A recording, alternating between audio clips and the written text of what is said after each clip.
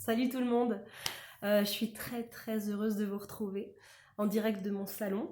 J'espère que tout le monde va bien, j'espère que ces temps de confinement ne sont pas trop anxiogènes pour vous, que vous réussissez malgré tout à travailler de chez vous. Je sais que c'est pas facile. Personnellement, j'ai énormément de mal, moi, à travailler de chez moi. Je dois me faire une bulle de concentration pour que ça fonctionne. J'espère que vous êtes plus efficace que moi, en tout cas. Je vous retrouve parce que je trouverais intéressant que, en ces temps de révision intensive pour certains, vous ayez une petite bulle de décompression et une bulle théâtrale pour garder aussi le lien avec tout le travail qu'on a fait depuis le début de l'année. C'est quand même une activité que vous avez choisi de faire à l'année et donc je me dois aussi de vous apporter ce que je peux vous apporter en théorie tant que je ne peux pas le faire en présentiel. J'ai évidemment extrêmement hâte de vous retrouver en vrai, de retrouver votre bonne humeur et votre chaleur. Mais bon, c'est comme ça, on est chez nous, on travaille de chez nous et j'espère que tout le monde va respecter le confinement pour que ça dure le moins de temps possible. Alors, vidéo du jour, vidéo de la semaine.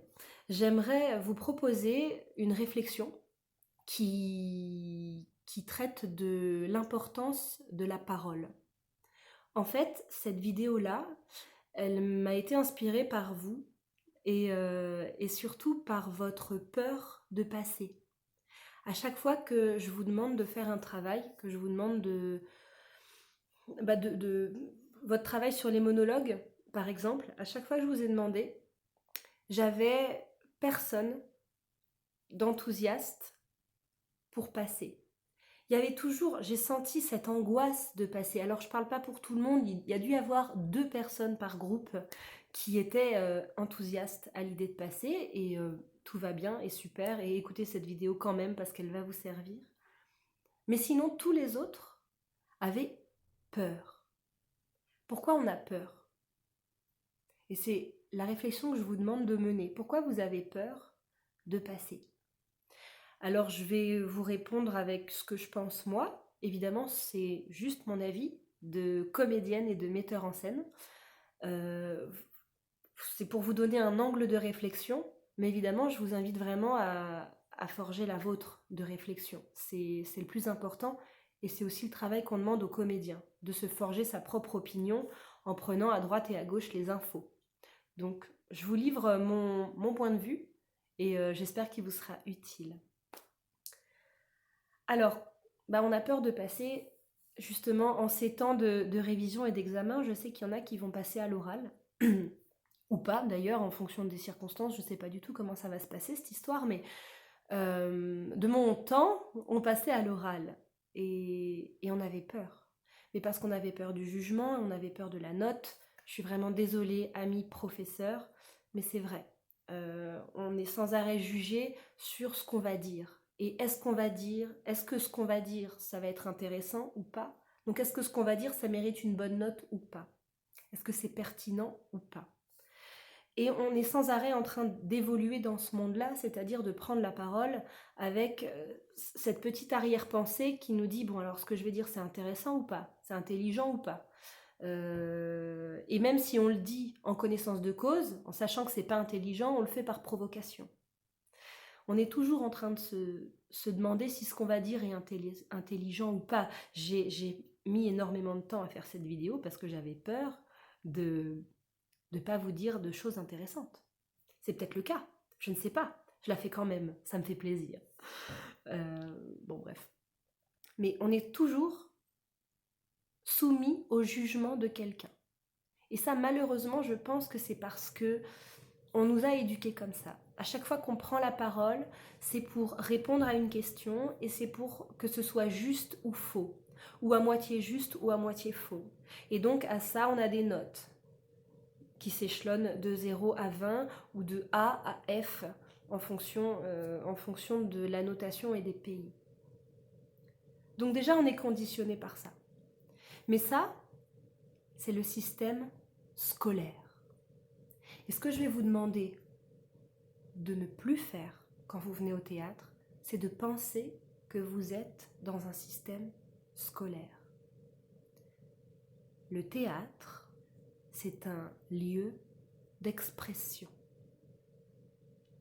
Sur scène, vous avez une liberté d'expression. Attention, je rappelle, liberté d'expression ne veut pas dire qu'on dit tout et n'importe quoi, comme ça nous chante. Voilà, il faut que ça vienne de votre propre réflexion, de votre cœur. D'accord? On reste cohérent quand même. Je ne vais pas aller dire des gros mots juste parce que ça me fait plaisir. Si je le dis, c'est parce que ça a été réfléchi et que je sais pourquoi je le fais. D'accord? Je pense à ceux qui pourraient se dire oh, bah dans ce cas-là, je peux aller dire fuck le monde, youhou, sur scène, c'est génial. Mais si on dit fuck le monde sur scène, c'est réfléchi et on sait pourquoi on le dit et on sait pourquoi on le fait. D'accord? Je vous invite à réfléchir à ça. Donc au théâtre, on n'est pas là pour vous juger. Enfin, j'espère en tout cas, j'espère que depuis le début de l'année, je ne vous ai pas donné cette impression de vous juger quand vous passez. Mon but à moi, c'est de vous faire progresser, d'accord? En fonction de la matière que vous me donnez. Évidemment, s'il n'y a rien, je suis aussi là pour vous apporter de la matière. Ok? Donc ça, c'est de l'apprentissage. Mais là où vous en êtes, à vos niveaux à vous, vous avez déjà un degré de réflexion par votre éducation, par votre niveau scolaire, votre niveau professionnel aussi. Et votre âge, évidemment, en fonction de ceux qui sont plus ou moins âgés, qui regardent la vidéo. Donc, vous arrivez avec tout ça. Vous arrivez avec votre propre point de vue sur votre travail. Bah pourquoi vous auriez peur de le montrer alors? Pourquoi, quand j'ai travaillé sur mon texte, quand je me suis bien pris la tête pour faire le petit 1, le petit 2, le petit 3, le petit 4 que Rebecca m'a demandé, que je me suis mais carrément pris la tête sur des mots de vocabulaire, sur des idées, sur ça pourrait dire ça, ah ouais mais ça pourrait dire ça, ah mais je sais plus, je suis complètement paumée, mais elle m'énerve la prof en fait. Quand vous vous êtes bien pris le chou avec ça, que vous êtes à peu près OK sur ce que vous voulez donner comme forme à votre personnage, ce que vous voulez donner comme voix à votre personnage, pourquoi vous auriez peur de venir montrer votre travail? Parce qu'on ne met pas de notes au théâtre. On ne juge pas au théâtre. Au théâtre, on observe. Quand on est spectateur, on observe les autres et on se dit « Ok, ça, j'y avais pas pensé, je suis d'accord ou je suis pas d'accord, mais ok, c'est une vision intéressante. Ok. » Ou non, en fait, pas du tout, je suis pas du tout d'accord, j'adhère pas à cette idée. Mais je comprends pourquoi il a dit ça, mais j'adhère pas, moi. Et c'est tout, et ça s'arrête là. Voilà ce que j'aimerais, ce sur quoi j'aimerais que vous réfléchissiez. Déjà, partez de votre propre parole. Et je pense que ça va beaucoup aider ceux qui passent des examens, ou peut-être des entretiens, ou peut-être font des conférences dans le cadre de leur travail.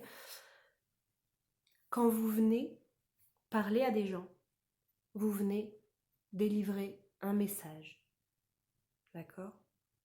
Vous venez délivrer quelque chose. Moi, là, je viens vous délivrer un message qui est la réflexion sur l'importance de la parole.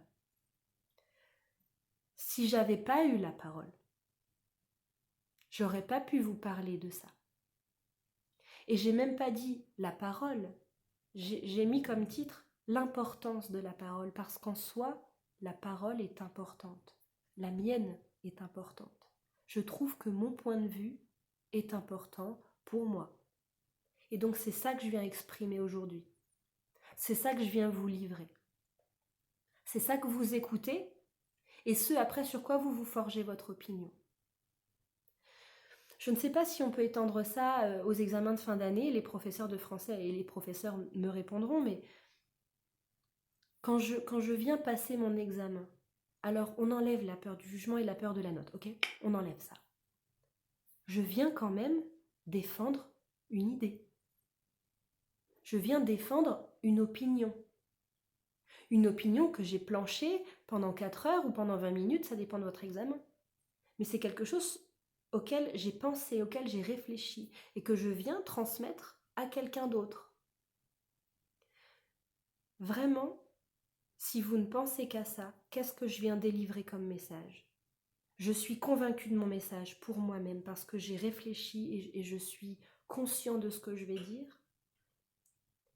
Normalement, vous ne devriez plus avoir cette peur de passer. Et en fait, c'est ce à quoi j'aimerais vous amener, ne plus avoir peur de monter sur scène, ne plus avoir peur de passer un texte. Parce que quand je passe mon texte, je ne suis surtout pas en train d'attendre une note.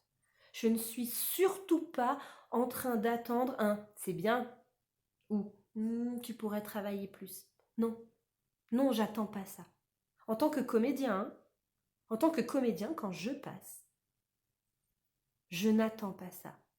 Je viens montrer le travail auquel j'ai pensé quand j'étais chez moi, que j'ai répété dans ma salle de bain ou dans ma chambre, ou dans mon jardin, que j'ai réfléchi à l'écrit sur papier. Je viens montrer ça.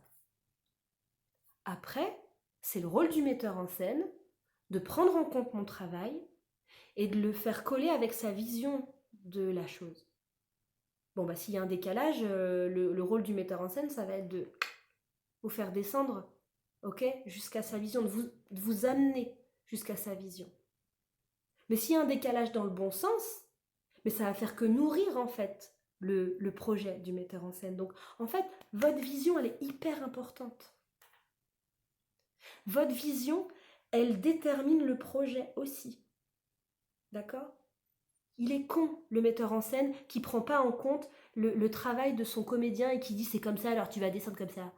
Non. Moi, mon travail à moi, et je ne demande pardon pour les autres metteurs en scène, je suis désolée, je viens de dire quelque chose qui dépassait ma pensée, mais c'est un peu ce que je pense. Mais moi, en tant que metteur en scène, en tant que professeur de théâtre, mon but est de vous apprendre à réfléchir par vous-même.